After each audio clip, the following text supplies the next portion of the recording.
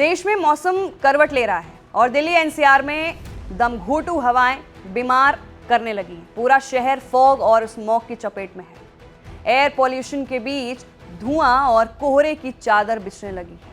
सड़कों पर विजिबिलिटी एकदम शून्य रिकॉर्ड की जा रही है। ट्रैफिक सुस्त पड़ गया है और लंबी लंबी लाइनें जाम के झाम में उलझा कर रखे हैं। प्रदूषण को लेकर हर साल कागजी पर प्लान उकेरे जाते हैं, कंट्रोल के नाम पर बड़े बड़े ऐलान होते हैं और दिल्ली एनसीआर का आसमान पूरे 4 महीने तक धुआं धुआं देखा जाता है।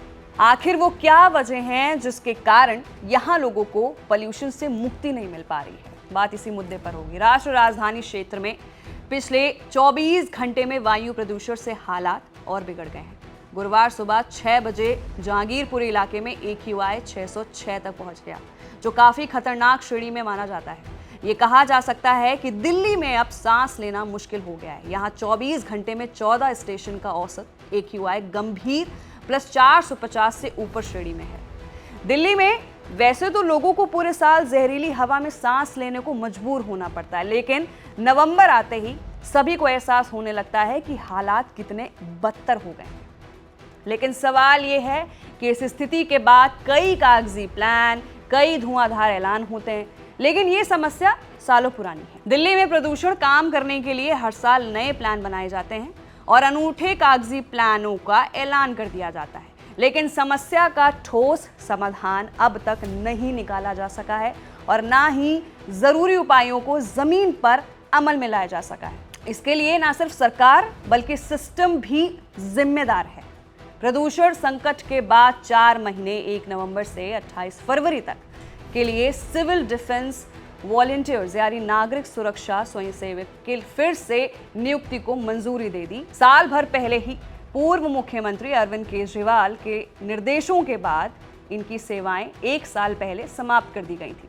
ये वॉलंटियर्स दिल्ली के प्रदूषण कम के अभियान में सक्रिय भूमिका निभाएंगे और राष्ट्रीय राजधानी में धुंध और जहरीले कणों को स्तर को कम करने के लिए काम करेंगे। इसके अलावा पुरानी गाड़ियां जब्त करने के लिए पेट्रोल पंपों पर automatic number plate recognition camera system से लेकर आर्टिफिशियल बारिश तक के ऐलान किए गए, लेकिन ग्राउंड पर व्यवस्थाओं में सुधार देखने को नहीं मिल रहा है। दिल्ली में पुराने BS3 और BS2 मॉडल के वाहनों पर भी बैन लगाया गया है।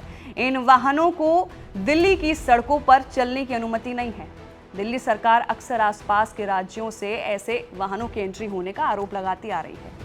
वहीं दिल्ली में BS3 और BS2 वाहनों की आधी से ज्यादा संख्या है, यानी कुल 60.14 वाहन ऐसे हैं। दिल्ली में सितंबर 2024 तक सिर्फ 2310 पुराने वाहन जब्त किए गए थे, जबकि 2023 में 22,397 वाहन जब्त किए गए थे। ये आंकड़े ये बताते हैं कि इस साल कार्रवाई के पहले की तरह सख्ती से अंजाम नहीं दिया गया है। सुप्रीम कोर्ट भी अब इस प्रदूषण को लेकर सवाल पूछ रहा है। सुप्रीम कोर्ट ने 12 नवंबर को प्रदूषण पर सुनवाई की और दिल्ली में पूरे साल पटाखों पर बैन लगाए जाने का सुझाव दिया गया। कोर्ट का कहना था कि दिल्ली पुलिस कमिश्नर पटाखों पर बैन लगाने के लिए स्पेशल सेल बनाए। दिल्ली सरकार को निर्देश दिए गए कि वो 25 नवंबर से पहले पटाखों पर स्थायी प्रतिबंध लगाने का फैसला करें। वहीं सुप्रीम कोर्ट ने सवाल ये भी उठाया कि पटाखों पर पूरे देश में स्थायी प्रतिबंध क्यों नहीं लगाया गया और दिल्ली में प्रतिबंध सिर्फ कुछ महीने के दौरान ही क्यों लागू किए गए। तो फिलहाल के लिए दिल्ली का प्रदूषण बहुत खतरनाक होता जा रहा है। ये कब नॉर्मल होगा इसका तो अभी उत्तर सामने नहीं आए हैं, लेकिन आप अपना ध्यान रखिए और घर पर रहिए। मैं हूं आपके साथ वंशिका सिंह और आप देख रहे हैं ABP लाइव।